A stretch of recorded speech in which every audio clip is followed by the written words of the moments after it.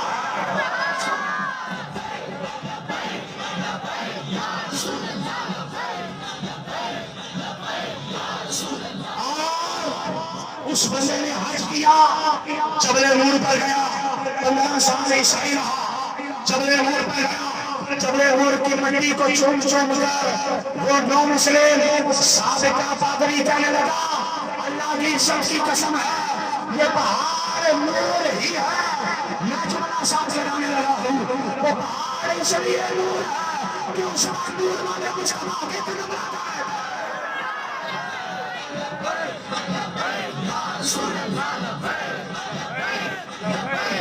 رو کر اس عیسائی نے رو کر حج بیت اللہ کی سعادت حاصل کی. ذرا سینے تھامو جملہ سنو، جب ایک لاکھ بندہ ایک دن میں مسلمان ہوگا، عیسائیت قرآن نہ جلائے تو اور کیا کرے، عیسائیت روئے نہ تو اور کیا کرے. تو آئے ظالموں، اگر تمہارے مذہب کی بنیاد کوئی نہیں ہے تو تم کیوں نہیں امت مصطفیٰ میں آ گئے. حضور کا کلمہ پڑھنے پہ قرآن چلانے سے اسلام ختم نہیں ہو جائے گا، ذکر لگانے سے اسلام ختم نہیں ہو جائے گا.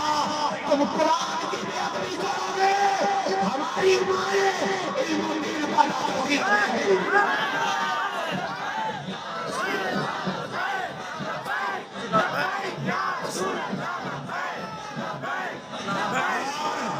امریکہ کے سب سے بڑے چرچ کا پادری اس نے ساری زندگی عیسائیت پڑھائی، عیسائیت کی ڈگری لی، ساری زندگی عیسائیت کے لیے مناظرے لڑے، مسلمانوں کے خلاف مناظرہ کرنے کے لیے قرآن پڑھنا شروع کیا. تم جلاؤ نہ تو اور کیا کرو، تمہیں دعا کی بہت بڑی لگی ہے، تم کیا کرو گے. اس نے قرآن پڑھا مسلمانوں سے مناظرہ کرنے کے لیے کہ مسلمانوں کو شکست دینی ہے. قرآن پڑھتا گیا، دل کھلتا گیا. یہ پچھلے سال کی بات ہے، امریکہ کے سب سے بڑے چرچ کا پادری قرآن مکمل کیا، کلمہ پڑھ کے امت مصطفیٰ میں آ گیا.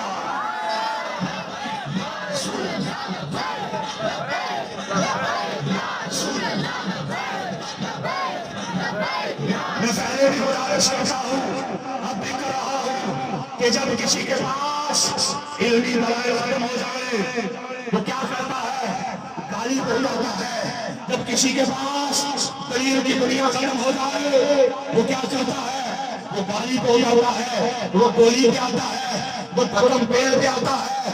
تمہیں کل بھی مصطفیٰ کے غلاموں کا چیلنج تھا، آج بھی چیلنج ہے.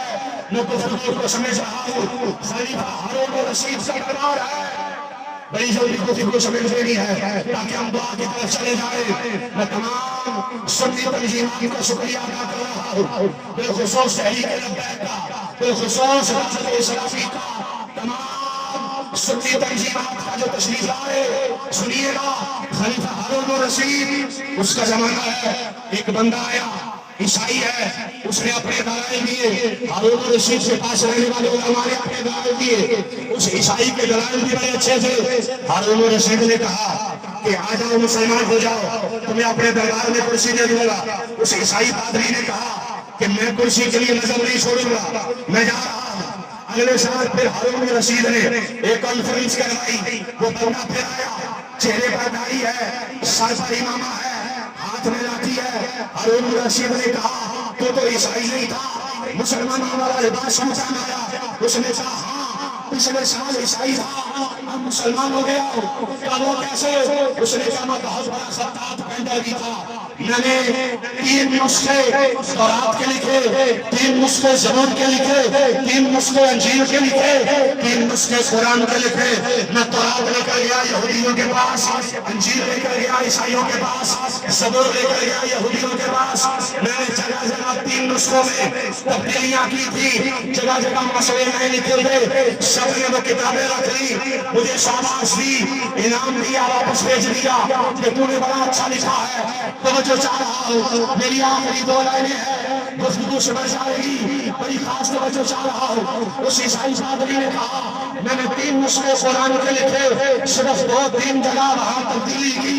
مدرسے لے گیا، قاری صاحب نے بچوں کو پڑھنے کے لیے لیا، بچوں نے پڑھا، پڑھ کے کہنے لگے قاری صاحب یہ تو 3 جگہ تبدیل کر کے لایا ہے، تو آپ زبور انجیل میں بے شمار غلطیاں کی۔ مجھے کسی نے سوچنا چاہا قرآن میں 2-3 جگہ کی، مجھے لٹا کے بڑائی مارا، مار کر کہنے لگے تمہیں نہیں پتا اگر اس قرآن میں تبدیلی کرے گا ہمارے سوا والا قرآن کل بھی محفوظ تھا آج بھی محفوظ ہے۔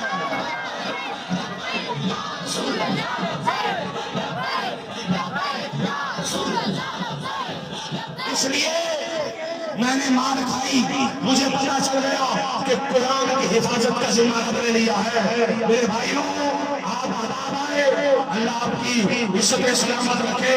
ہم احتجاج ریکارڈ کروا رہے ہیں، پورا شہر ننکانہ یہاں پر جمع ہے، شکی ننکانہ جمع ہے۔ میں تمام احباب کی طرف سے ہاتھ بلند کر کے ایک نعرہ مار کے حرمت قرآن پر، حرمت قرآن پر، حرمت قرآن پر، حرمت قرآن پر، حرمت رسول پر، حرمت رسول پر، حرمت صحابہ پر، حرمت اہل بیت پر، حرمت اولیاء پر، تاجدار ختم نبوت۔ 3 بار کہیں گے زندہ باد زندہ باد، تاکہ آواز شعر بن جائے، پتا چلے کہ بھائی نور آباد اور احباب البدانش کھڑے ہیں۔ زندہ باد زندہ باد زندہ باد۔ پیچھے کھڑے ہیں، وہ بھی ہاتھ اٹھائیے گا۔